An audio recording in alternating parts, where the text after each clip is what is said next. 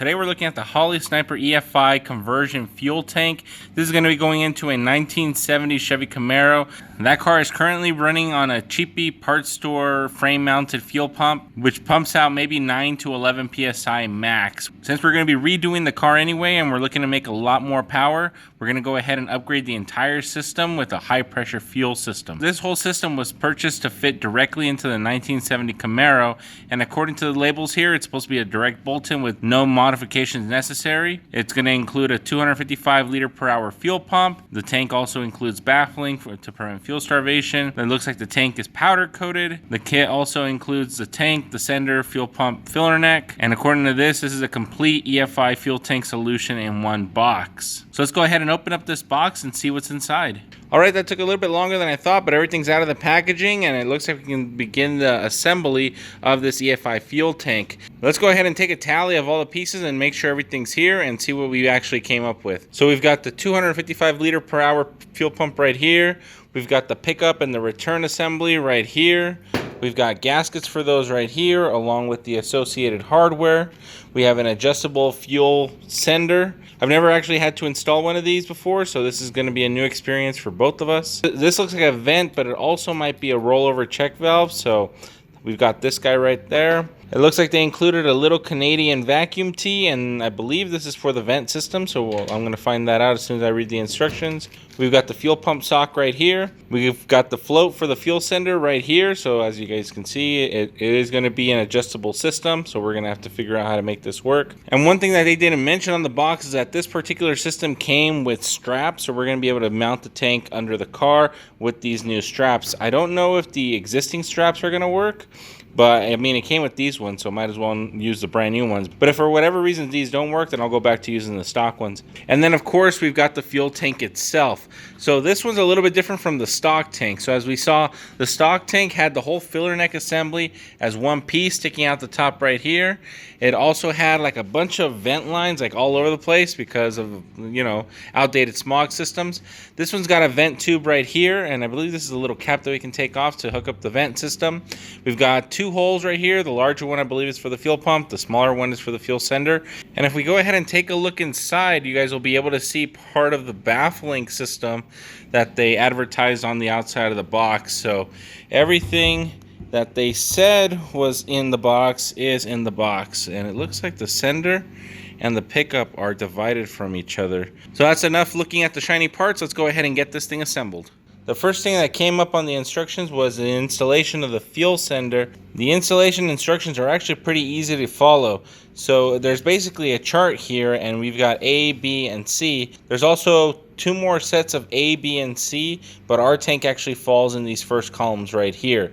So I went ahead and measured the tank depth, and including the 1/8 inch compensation for the gasket, we are at 6 3/4 of an inch, or 6.75. If we go ahead and look at the instructions, I went ahead and wrote 6.75 on my actual dimension. So if we go back to the table, we've got an option between 6.5 and 7.0. We're at 6.75, which falls in between these two, so we're going to have to pick one or the other. I really don't want to do this twice, but we're going to go with the shorter of the two. If we move over to column B, we've got two specs that are really close together, 3.25 and 3.5. In between those two would probably be like 3.4 or 3.35. So in order to simplify things, we're going to stay at 3.25. If we go ahead and jump back on the sender, it actually had an extension pre-installed onto the sender, and that is if your fuel tank is extending past the 16, 17, 18 inches, you can go ahead and keep extending the pickup to work with that. But because our fuel tank is so shallow, we're going to actually be removing this, and we're also going to have to trim the sender itself. So I've already went ahead and set up the bottom of the sender assembly to this pivot point right here, and it measured out to exactly 3.25 or 3 1/4 inches. As you guys can see, now that we're at the proper spec, we still have too much material down here. And if we flip it around, you guys can see that I have an area marked here where we're going to actually have to cut it, so that way it doesn't interfere with the bottom of the tank. So I'm going to go ahead and take this apart, hook up the grinder, and we're going to do a little bit of trimming. This is what everything looks like after it's all trimmed up. So these two pieces right here are no longer going to be part of the installation. So you can either save these for something else or throw them away. So these are going to go. And a lot of the hardware that we initially took off in order to disassemble this is going to be going away as well. But make sure not to toss anything until the installation is 100% complete. So now I'm going to put everything back together, and now we're going to install the float itself. This is the unit all ready to go and assembled. The only thing missing is the float itself. So looking back at our chart, we're going with the 6.50 tank. Table B shows us that we're supposed to be measuring at a 3.25 height, which I've already done from this point to the bottom of here. And the last table, which is table C, will tell us that the dimension between the center of the float and the pivot point should be 3.8 inches. I've already marked the 3.8 inches on the stick. After the float is installed, you can see that the pivot goes right here, and all of this on this side right here becomes excess material. So I've already marked a safe spot where I'm going to be able to trim. We'll still have a little bit of adjustment.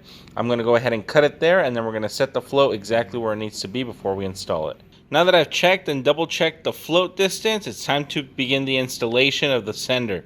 I'm going to be using the included gasket along with the included hardware to get this installed. I'm not going to be using power tools. I'm going to be using all hand tools in order to finish this up. You definitely do not want to strip one of these bolts, because be very careful. The instructions also recommend using a Permatex Indian head gasket sealant or an aviation forma gasket sealant, but I don't have any of that, so I'm not going to be using it right now. If it gets to a point where there is a leak, I'll order a new gasket and I'll order the correct sealant for it, and then we'll try this again. The tank itself is actually very easy to R&R, so I'm not too worried about that. So let's go ahead and get this thing installed. It took a couple of tries, but I finally got it. So let me show you guys what I did. I quickly realized that the gasket and the tank were indexed to each other.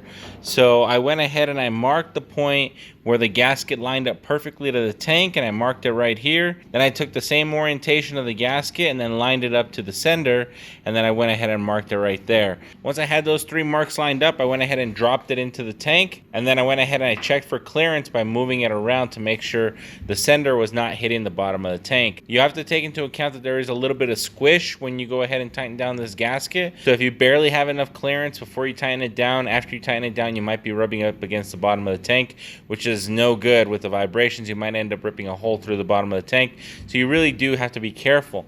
Once it was in here, I went ahead and I moved it around to make sure that I wasn't hitting anything. What I did notice the first time that it was in here is that as I was turning it, I was hearing a scraping noise. And what I realized was that the float has like a little nub sticking out of it.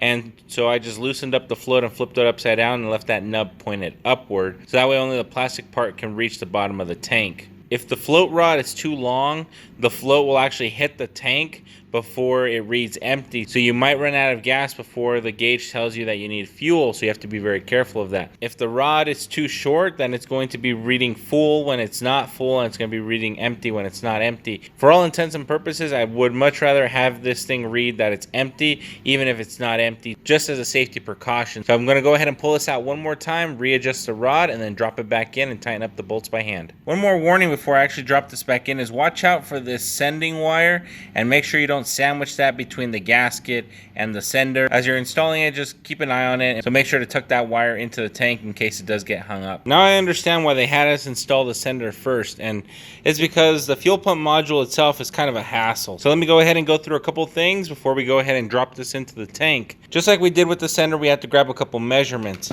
I went ahead and double checked my measurement for the depth of the tank, and I realized that there's a tray at the bottom of this tank, and my new measurement is now 6 1/4, where it used to be like 6 5/8 in the other one. So that goes to show that it's always a good idea to double check your measurements. The next thing you needed to know was the size of the fuel pump itself. I believe there are a few different kits that you can buy, and they all have their independent fuel pumps. This happened to be the larger style fuel pump, and so you measure it from the top of the fuel pump to the bottom of the sock. Doing so will give you measurement P, and for my particular application, it was 4.5 inches. So in order to cut the supply line, you're going to need to take D, which we verified the depth, and then P, which we just measured right now. And then that number is applied to this black hose that's right here. Mine came out to like 1 5/8 inches. Before you actually connect your fuel pump to the black hose, you're going to want to slip on this hose clamp. I'm not sure if you're able to remove the pump after you've already pressed it on once. It said that you're supposed to use heat in order to expand the tube and then slide this in. I didn't really have a problem just sliding it in by hand, but it is a barb fitting, so it might be more difficult to remove. So do not install it until you're ready for final assembly, just in case. I did not get to the point where I needed to verify that, so I'm not sure. I went ahead and slid on the hose clamp like the instructions told me to, and then I went ahead and put on the fuel pump after that. On the return side, it's a much easier measurement to grab. So you go ahead and you take the depth of the tank and you cut it by either of the two readings. If you have the smaller fuel pump, you cut it by 1 inch. If you have the larger fuel pump like this one is, then you cut it by 1 5/8 inches. After that, you're pretty much done. And as you guys can see, I had it pretty much right there on the line. So we are set up exactly like the picture tells us to be. So here's a picture right here. So we are good to go. The only thing I didn't do is I didn't cut it at a 45 like the picture did. I cut it straight. I don't think that's going to be an issue, but it is what it is. It's already set up. Go ahead and connect the black and red wires on the top terminals of the fuel pump. One spade is going to be larger than the other one, and so the connectors are going to mirror that. Make sure the big spade is on the big connector and the little spade is on the little connector. After that, you take these two wires and you slip them through the bulkhead. It's a weird size on top to get these tightened up. I got lucky and the first wrench that I grabbed fit it perfectly. I grabbed them 9mm, and the only reason I did was because I wanted to see if it was an 8 or a 10. And the 9 slipped on just super easy, so then I just kept it like that. If you read through the instructions, it actually tells you that it's a 9mm, so I just ended up getting lucky. And also, according to the instructions, you go ahead and tighten these up until the wires can no longer move, and then you stop. You don't need to over tighten these because apparently if you go too far, you can snap the fitting in here, and then it'll cause a leak. So definitely do not want that. I just snugged them up and then make sure the wires will not move anymore, and now we are good to go there. The pump did not fit inside the hole right away. I actually had to do something. So these hose clamps, the one for the return side and the one for the fuel pump, actually had to be turned and tucked in a little bit more so they can fit inside the hole. Basically, on both hose clamps, I just turned it as far one direction as I could in order to get the tongue tucked away, and then just have barely enough room for my screwdriver to fit in order to get that hose clamp nice and tight. On the other side, basically the same situation. I just turned it as far as I could until I just barely had enough clearance for the screwdriver, and then I went ahead and tightened up this hose clamp.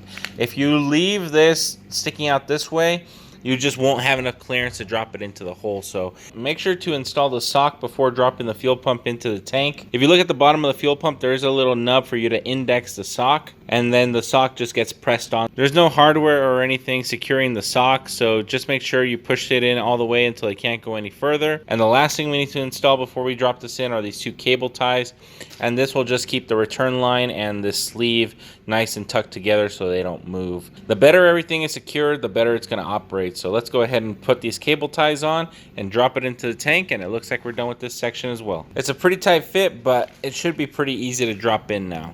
I've got the fuel pump module and the sender already installed. The only thing missing now is to set up the 5/16 vent line, which I'm going to be doing on the car. If we were working with an EFI application that required us to include an evap system, then I would also look to install this T. But since we're not going to be installing an evap system, we're just going to be installing a straight vent. We're going to run a 5/16 line onto this vent somewhere in a safe location. I will verify that after we've got this tank in the car. So that concludes this part of the installation. The next step is to actually install this tank inside of the actual car. So stay tuned for that. I will see you guys all in the next one. Night Wrencher out.